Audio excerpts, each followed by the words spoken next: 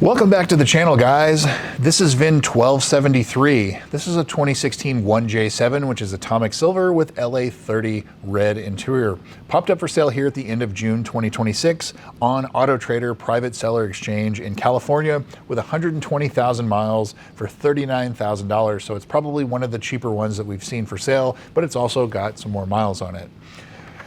Production statistics: 328 out of the 2,348 cars for the US 49 were atomic silver, and 167 had LA30 red interior, 7.07%. So that's like a 4 or 5 out of 10. Pretty common that you're going to see them, but not extremely common. For 2016, 199 out of the 1,418 cars were atomic silver, and exactly 100 had LA30 red interior. So 1 of 100 at its rarest. This car was built February 18th of 2016. Its in-service date was May 21st of 2016. It has engine number 2065310 if it still has its original engine, which I would assume it probably does. Has options G4, which is the lighted front door sills, Mark Levinson, orange calipers, V2, which is the glass brake sensors, and Z2, which is the comfort and convenience package, trunk mat, cargo net, wheel locks, key gloves. So pretty much all major options this car has. I wouldn't call it fully loaded, but it is very well optioned.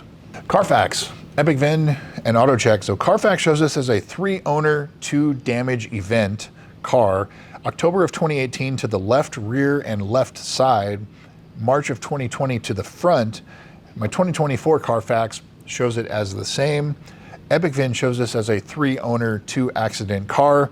Same as the other two, except the one in 2020 shows damage to the left and right sides in addition to the front. AutoCheck shows this as a 2-owner, 1-accident car, March of 2020 to the left and right side and to the front. So that's kind of the same that Epic VIN shows. A lot of repair work and damage was shown as what was repaired or damaged on the AutoCheck here. So the grille, the front, the hood, the fenders, there's a lot of damage that it reports.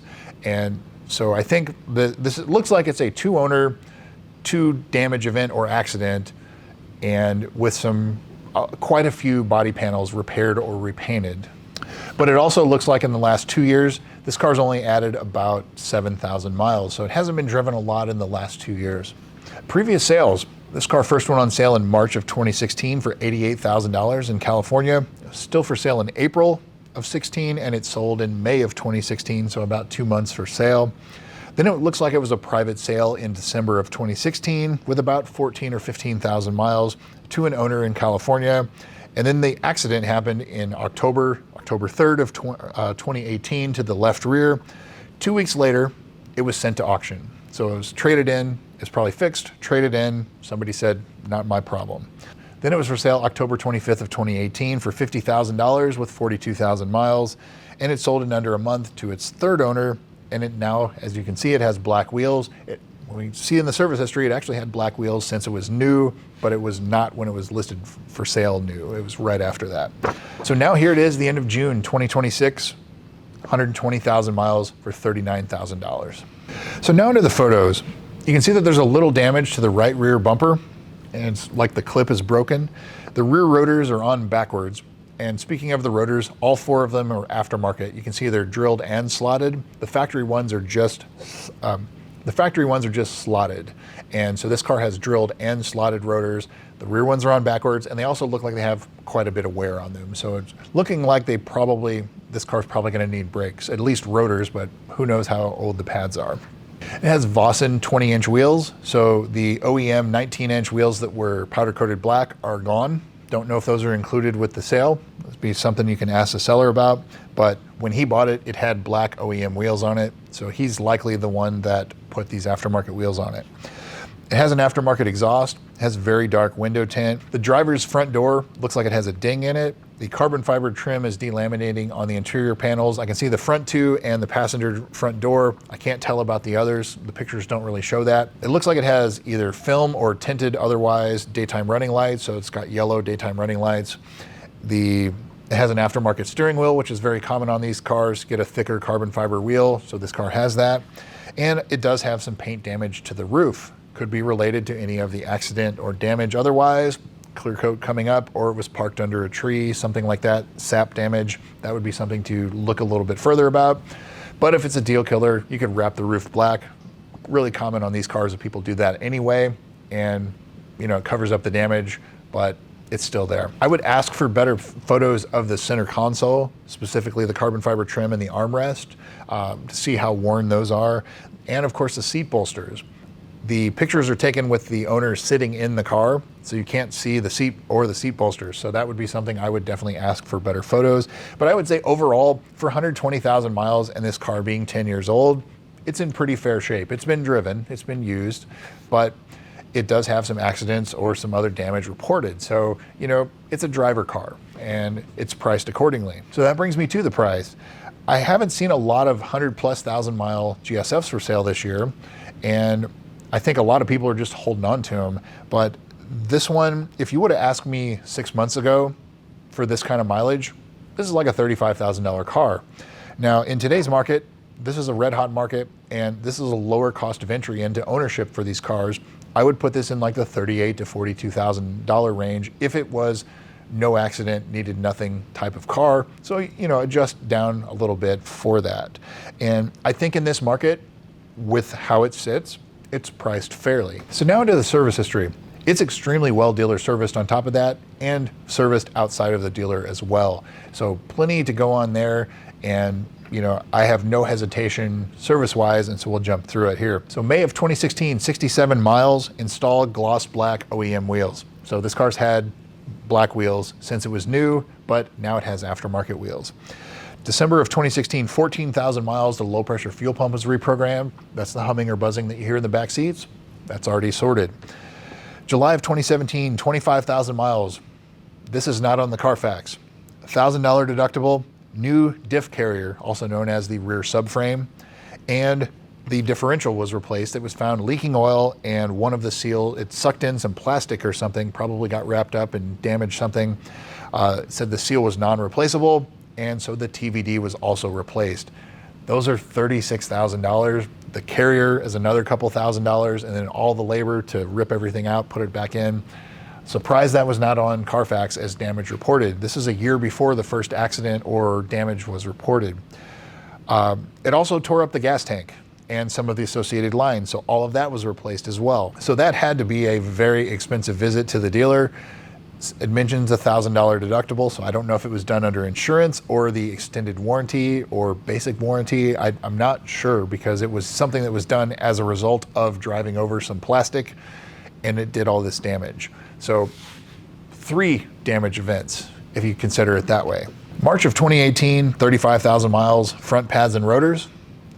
June of 2018, the JLB recall, high pressure fuel pumps. So that's already out of the way. October of 2018, the left rear wheel speed sensor, the wiring was causing issues, and they found that a bolt was loose, and they tightened it back up, repositioned it, and it was fixed.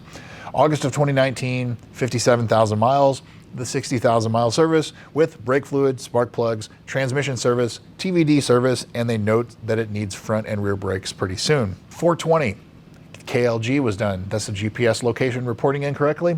That's done. February of 2021 at 77,000 miles, an oil change, but they also recommended doing front brakes and something about the right rear shock. Both were declined. May of 2021, HVAC servo sweep. So that's already done on this car as well. Can't tell if the shock was repaired or replaced there, but there's still a note about it, and that it still needs front brakes. A year later, May of 2022, 94,000 miles, a new battery and new battery terminals. Also at that same service, they recommended 4 tires, front and rear brakes, TPS sensors, probably having a TPMS light, and all of that was declined. So maybe that was done at somewhere else. April of 2023, 106,000 miles. So that's 3 years ago, and this car doesn't even have 15,000 miles put on it. 106,000 miles, transmission service, and still notes that it needs brakes and tires. Assuming 15,000 miles later, it's still not done. Or maybe tires are done, or it's got aftermarket wheels and tires. The tires on it have 2023 date codes, so they've probably been replaced. That's 2023, 2024 is probably when those wheels were put on, but it definitely still needs brakes. January of 2024, 111,000 miles, oil change, and still noting that it needs brakes, tires, TPMS, and maybe a mass airflow sensor, unless they're talking about wanting to clean the mass airflow sensor as like a part of a preventative something. But that would be something else to look into.